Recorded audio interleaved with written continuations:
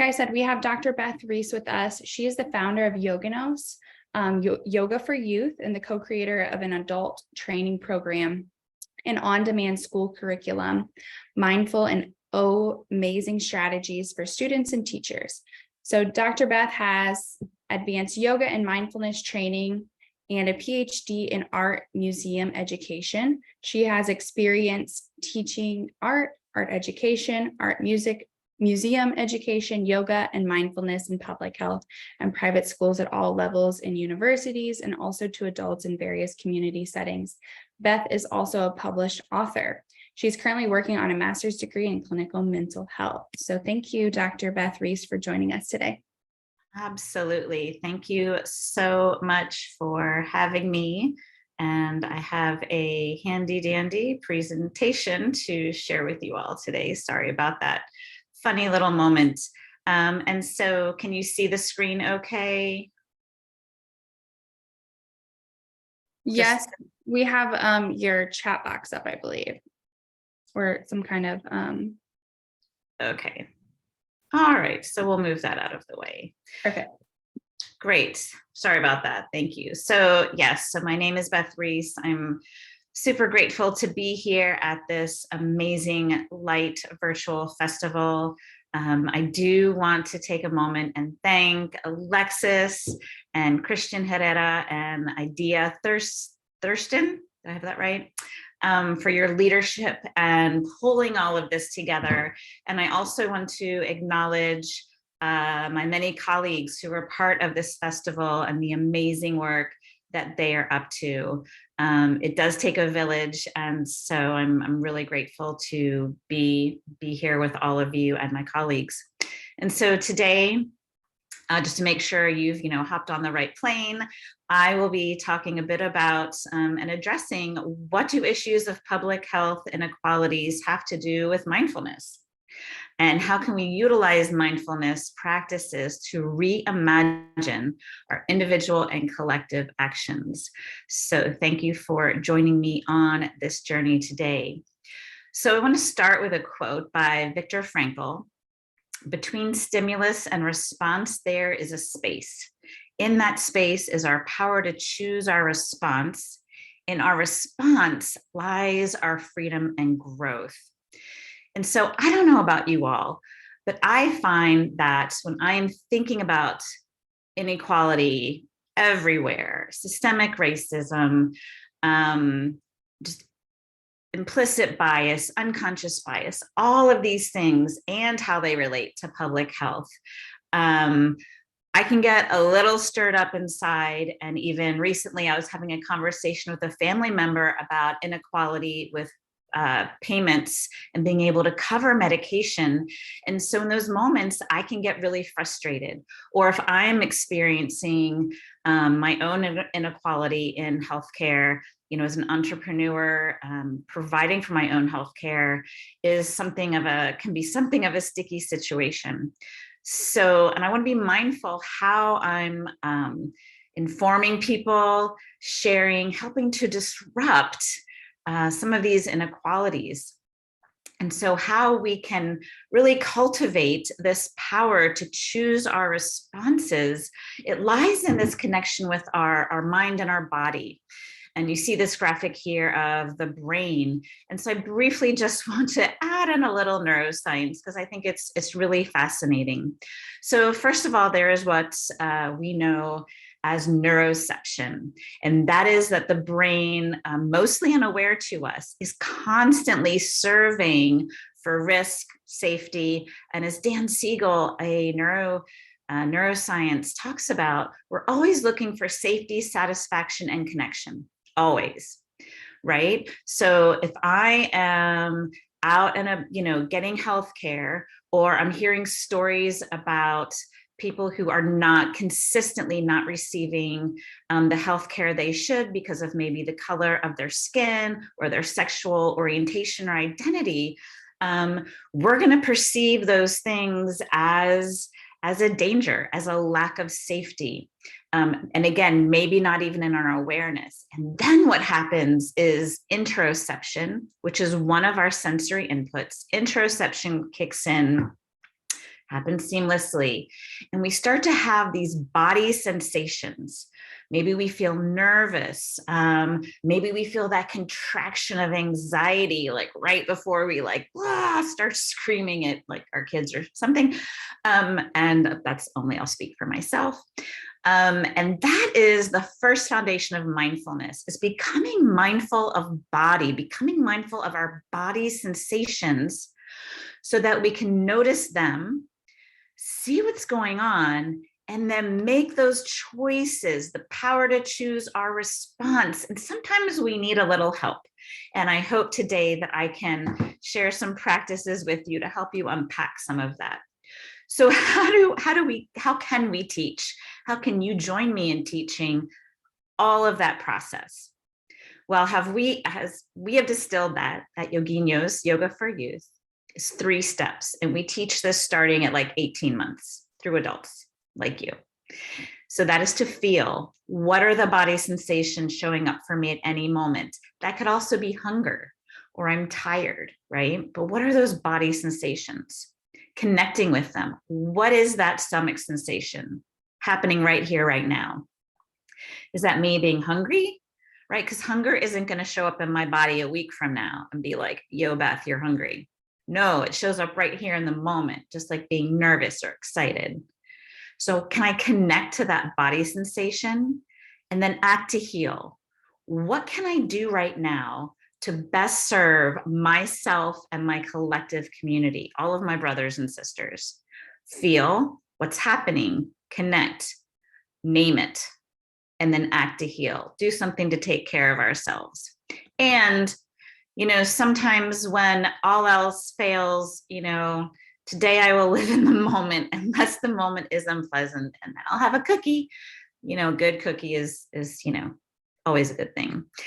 So yes, I like humor, and I want to lead us in a mindfulness movement practice, sometimes called somatic movement, where we can do something to help our body manage ourselves. I also want to say that part of, in this big picture of how we can address inequality in public health using mindfulness, and in that space, we always want to work to first take care of ourselves, and then others, and then our whole world. But it has to start with us. So we're going to do a fun little practice here. So if you'll take your kind hands and rub them together, and then place your hands on your head. Let's give our head a little massage. And we're going to make this a somatic movement with a little self-compassion. All right, so here, let's thank our brain and our mind and our head, maybe our neck, for all the hard work it does. All right, I know I'm messing up my hair, but so what? Thank you, head. Let's take a breath in. Let's breathe out, come to our shoulders. Thank you, shoulders, for all the hard work you do. Breath in, let's breathe out. Let's go down to our knees or our legs. Thank you, legs and knees, for all the hard work you do. Massage those legs. And maybe you're noticing I'm going from high to low. And that's a way we can notice if we have an energy that's higher than we need it to be in a moment, and we move the energy down to the ground. And now let's go to our feet. So I'm going to go to my foot. I'm not showing you my foot here, but I'm going to massage my foot, one, the other. Thank you, feet. You even smell good today. That's so helpful. And maybe you're noticing I've gone from my head, shoulders, knees, and toes. Curious. I wonder what's next. How about our eyes? Eyes and ears and mouth and nose. So let's take our fingertips and gently put them over your eyebrows. Maybe close your eyes. Maybe notice how the gentle pressure on your head is calming, and removing your sensory input of sight can be calming. And let's go to our ears. Gently move around, tug on your ears. Lots of pressure points there. Let's go to our nose. Let's take a big breath in. Breathe out. Oh, I did nose and then mouth. It's all right. Now we're going to move our jaw around quickly. Right? So quick little practice, fun way, all ages, to take that idea of mindfulness, take care of ourselves, move our energy down, give ourselves some self-care. And I encourage you to teach this to at least 3 people later today. All right, so the thing about inequalities, and I'm going to draw on one of my favorite books by Ruth King, Mindful of Race, Transforming the Racism from the Inside Out, is that we can ask ourselves mindfully, do we want to see stars or constellations when it comes to inequality anywhere, including in healthcare? And by that, do we want to look out into the world and just notice stuff? Tree, plant, picture, lamp, or do we want to see it as the constellation, right? To see the patterns, the repetition, how it's happening over here and over here. And so this is, I think, a great way, a great analogy to think about who we can be as we try to disrupt our biases. And one of my teachers, Sebene Selassie, has a great quote around that mindfulness, if we have patience with it, right, it can help us to notice how we have these unconscious values that we can bring to light to notice that it is our conscious conditioning. So how do we do that? All right, we're going to practice a mindfulness technique called STOP. I'm going to quickly walk you through it, and then we're going to practice together. One of the things I love about this acronym for thinking about using mindfulness to disrupt equality is right there. It's like STOP. All right, so we can practice this. We can share it with friends. We can text friends, stop and practice with them. We can do it in meetings, right? We can do it in the moment. Part of the idea of mindfulness is to practice when we call the stakes are low, that like we're not freaking out or angry. And so that then when we're in a moment, we have that muscle memory, right? To come back and practice it. So with STOP, what we're going to do is, okay, we just felt that body sensation, and we can stop and just think to ourselves, is this useful? Is this true? Someone maybe has said something, or I've seen something and I'm ready to go into action. Take a moment to stop. And then I really appreciate for the T, we can quite literally take a step back, right? If we're in conversation with someone or someone's, do we need to just take a little step back and take a breath? Right, and exhaling out slowly calms down the central nervous system. The O, observe and offer. Observe what's happening around you and continue to observe what's happening inside of your body, right? Going back to that Viktor Frankl quote, right? Our power lies in how we are going to react or respond. So let's take this moment and cultivate that response. And then can we offer kindness? Kindness to ourselves, kindness to others, and kindness also includes what one of my teachers, Jack Kornfield, called the compassionate no, right? And it's a no that comes from a place of love and compassion and not hatred, right? The compassionate no, I'm gonna say it one more time. The compassionate no comes from a place of love for myself and humankind. And then we all have this cultural conditioning, comes from a place of love. Very different. I'm going to react differently if I'm coming from love instead of hate. All right. And then we're going to keep like stopping, taking a breath, observing. And then like, I want to say when we're ready to proceed with presence, but look, you might be somewhere, I might be somewhere that I can't like say, excuse me, I'm going to go do like 20 minutes of a mindfulness practice. And excusing yourself physically is always a great idea. That said, sometimes we have to just proceed with presence and just be really aware of who we are in every moment, And if we slip up, say something, or get really judgy or whatever it is, we simply begin again with the stop practice. So let's take a moment and find your comfortable sitting position. You could also stand up to do this. You could also be walking and doing this. And I'll invite you just to take a breath in Breathe out with a sigh, softening, maybe even a smile. That makes a difference. And if you'll lower your gaze, your eyesight down towards the ground, or even close your eyes.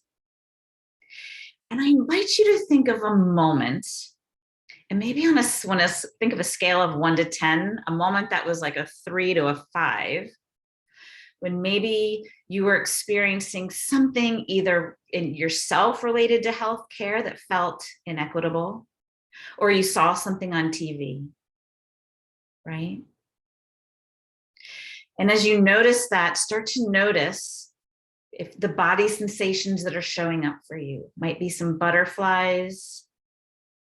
You might be feeling a vibration in your body.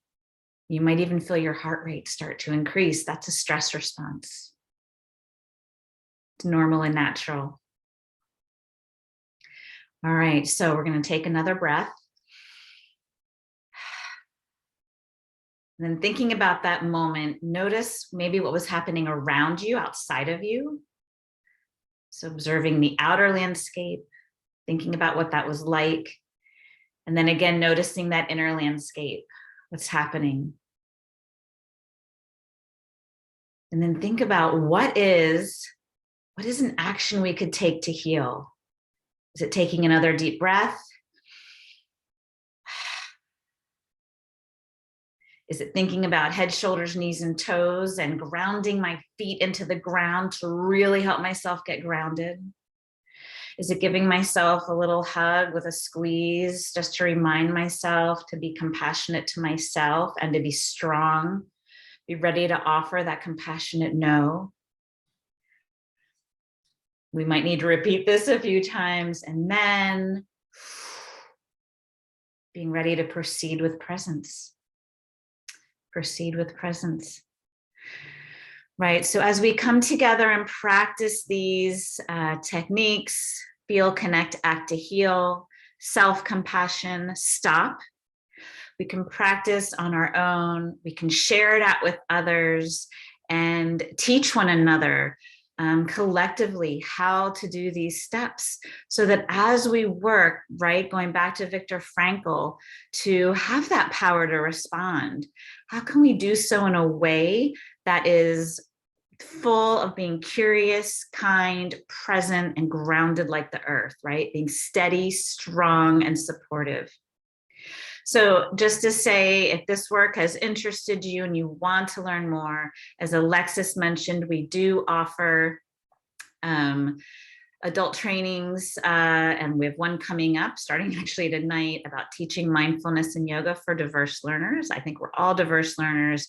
And then a curriculum where we bring this work, including thinking about unconscious bias, into schools and other community organizations. So another great practice every day and in this moment is thinking about who, what, when, where, why we are grateful for. I'm grateful to be here for all of you. And I'm going to hop out of that presentation and check back in and see if there are anything in the Q&A box for us to address. And if you have any questions, comments, feel free to hop into that box and see what we can take and address here. And while just in that moment, I said something, I'll just take a moment to circle back to when we take that deep breath in and breathing out with a sigh, a softening, and a smile. Each of those, even if we don't want to smile, each of those helps let the central nervous system know, right? The neuroception, the interoception, if that outer landscape is in fact safe, sigh, soften, and smile. Even smiling activates these muscles that, again, connects the neuroception and interoception that it's okay, right? Everything's okay. So great to see you, Alexis. Thanks for your comments. Juliet, thank you so much for being here. What a joy it has been, and certainly excited for the rest of the day. Thank you, Dr. Reese. That was amazing. Thank If you. anyone has any final questions or any comments, like she said, please post those in the chat and the Q&A. And thank you, Christian.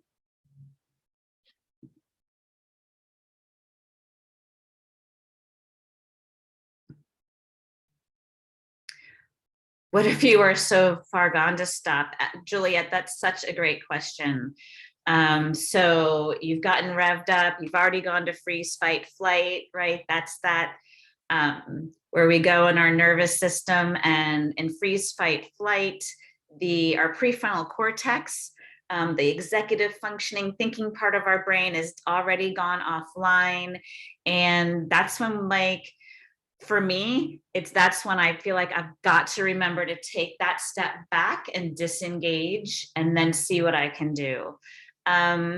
Also, I can share in that I mentioned earlier the conversation I had with a family member. There could be some cleanup later, right?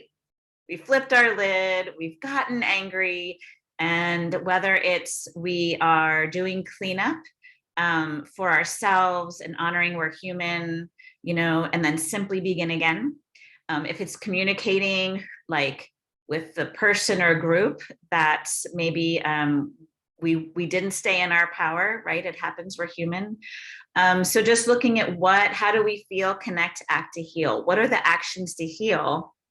And think about practicing these skills, right? I practice them almost every day so that I can be my best self in every moment, including having that forgiveness and compassion for myself and others when we all at times flip our lid. So that was a great question. Thank you so much, Juliet. All right, friends. Well, I believe that is our session. Again, thank you, Alexis, Christian, Idea. I hope I'm pronouncing the name correctly. And I will look forward to seeing and meeting everyone soon, wherever that is. Thank you.